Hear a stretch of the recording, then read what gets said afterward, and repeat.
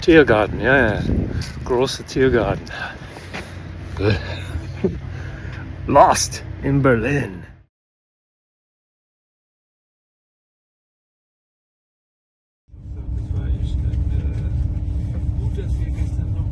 There's something about train rides. The sound, the rhythm, the flicker of light makes time feel softer. Between Mannheim and Berlin, the view turns into a sketchbook in motion. 5 hours go by, and somehow I feel like I've been sitting still. Maybe that's what I love about travel. It lets my thoughts wander before my feet do.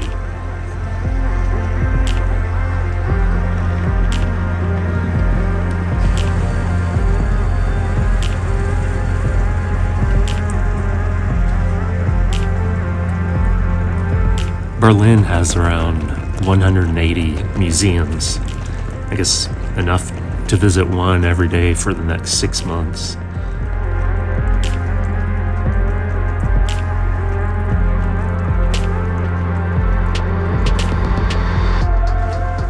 Berlin actually has more bridges than Venice, over 900 of them.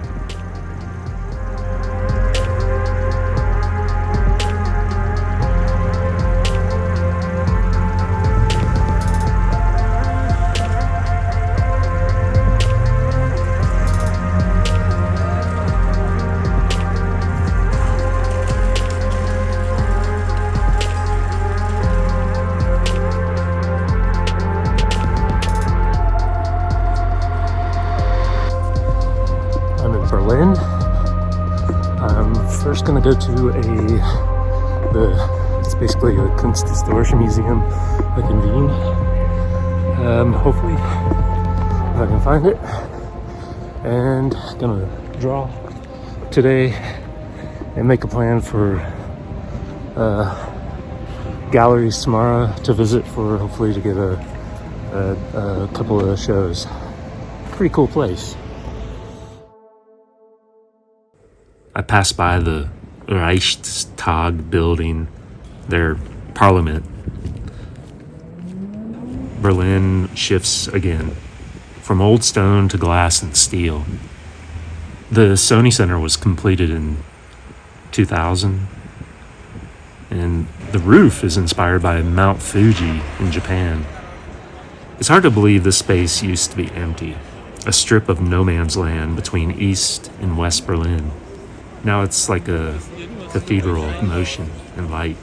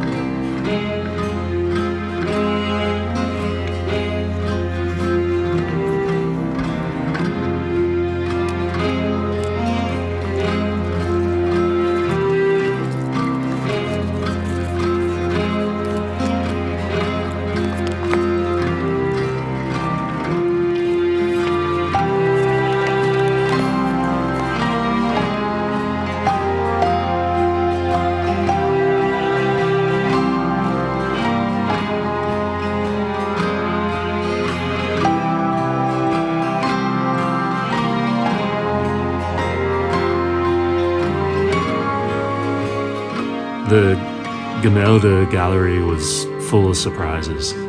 I knew I'd find Rembrandt and Raphael, but I didn't expect so many Dürers. Franz Hals always makes me want to dance. That energy is why later artists like Manet and Van Gogh loved him. He painted like jazz before jazz existed. Rembrandt's always been one of my favorites. Every time I find one in a museum, it's like I'm seeing an old friend. Of course, I stopped and drew, mostly to spend time with my old friend. Portrait of a Lady, Velasquez. His brushstrokes are loose in places, almost abstract up close. My last sketch was Giovanni's St. Peter. I wanted to see more, but I was out of time. The day had slipped away, like paint drying before you're ready. Outside, night had already fallen. Time disappeared somewhere between the paintings and my sketchbook. The tear garden at night feels both beautiful and uneasy. The kind of place that makes you walk faster, but also look up more, you know? It reminded me of Central Park after dark.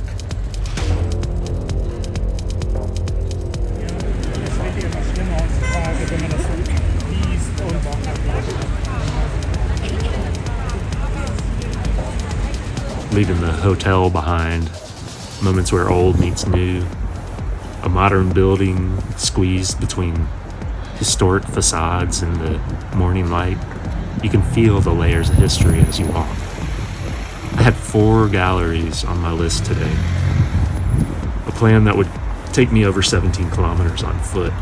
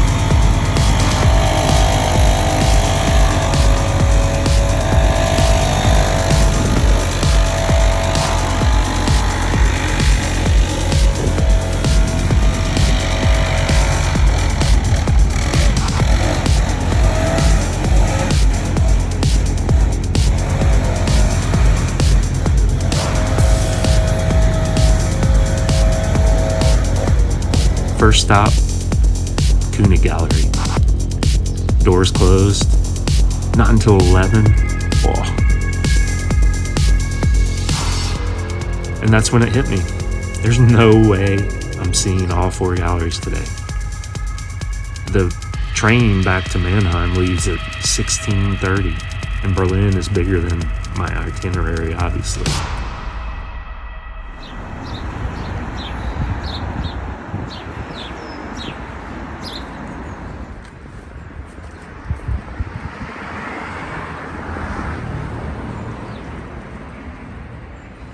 Heading to my next destination, I spotted the Berlinische Galerie. Today was a press day for a new exhibition, and normally I wouldn't have had been allowed to document inside, but after a quick conversation with Sasha Perkins, the head of media, I was in. One drawing from Brigitte Maya Denningholz's sculpture, quick but intense look at the rest of the museum, and I was completely captivated.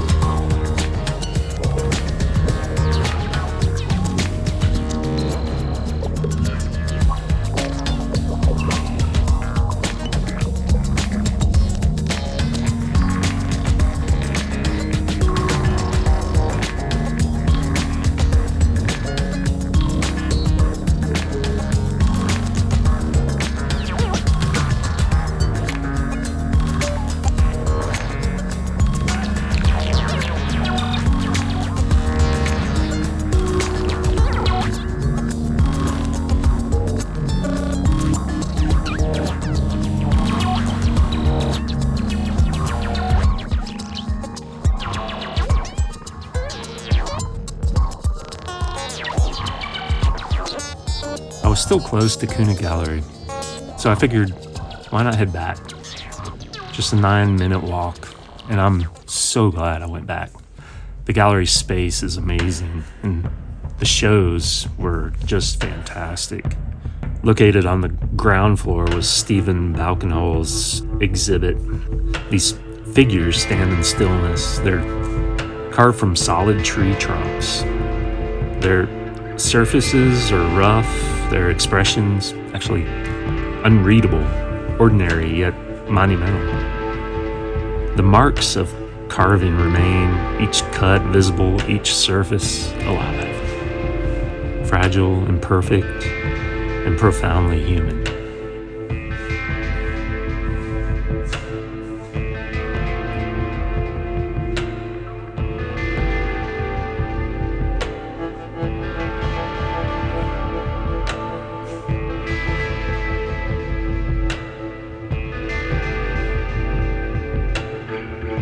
Inside the upper gallery is Johanna Dumet, full for a lifetime. There's a monumental house of cards. On the walls, 22 luminous paintings reinterpret the tarot's major arcana. Not as fortune-telling, but as a personal mythology. Holds fragments of the artist's life, ribbons, medals, found cards, jewelry, memory transformed into image. Together they become a constellation of stories. A brief visit, a lasting impression. Both shows really got my creative energy flowing, and a wonderful chat with Layla, who works at the gallery. She made the visit feel even more special. Moments like this remind me why I travel for art, to see, to sketch, to connect, to be inspired. Yeah, time was slipping away, so I headed toward the train station, keeping my eyes open for anything worth sketching along the way. I came across the memorial to the murdered Jews of Europe. It was intense. I didn't really feel like drawing it. Columns rise around you like a stone forest. It's definitely not for anyone who fears tight spaces.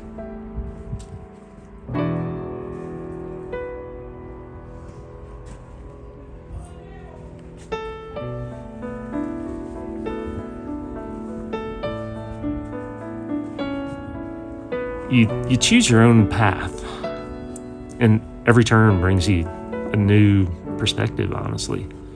People move quietly, absorbed in thought, some pausing, some navigating the maze.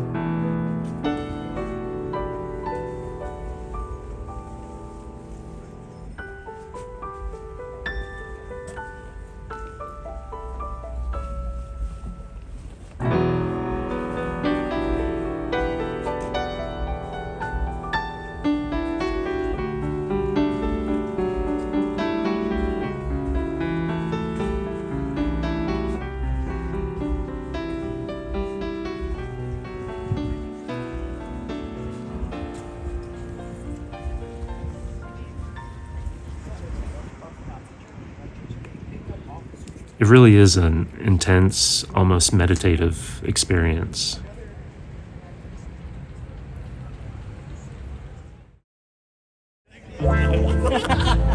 Atop the Brandenburg Gate is a chariot drawn by 4 horses driven by Victoria, the goddess of victory. It's been stolen, returned, and moved several times through history. Over 100,000 visitors pass by daily on a normal day. It sits at the end of Unter den Linden Boulevard, connecting the historic East and West Berlin. So while you draw, you're literally sketching at the heart of Berlin's layered history.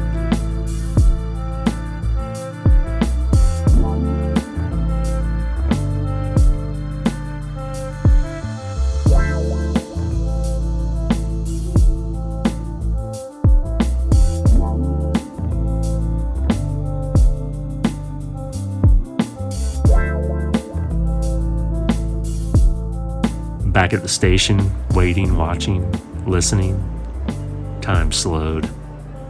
Berlin, until next time.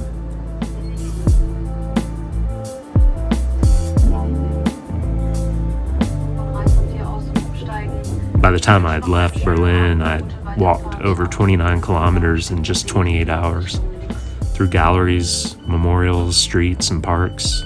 Every step, a sketch, a memory, a moment of inspiration.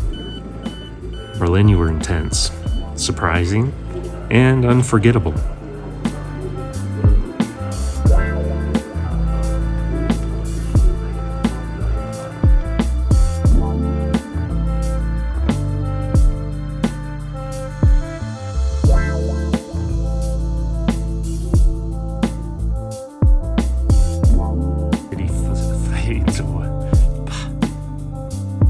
I passed by the Reichstag building. The Reichstag building. Reichstag building.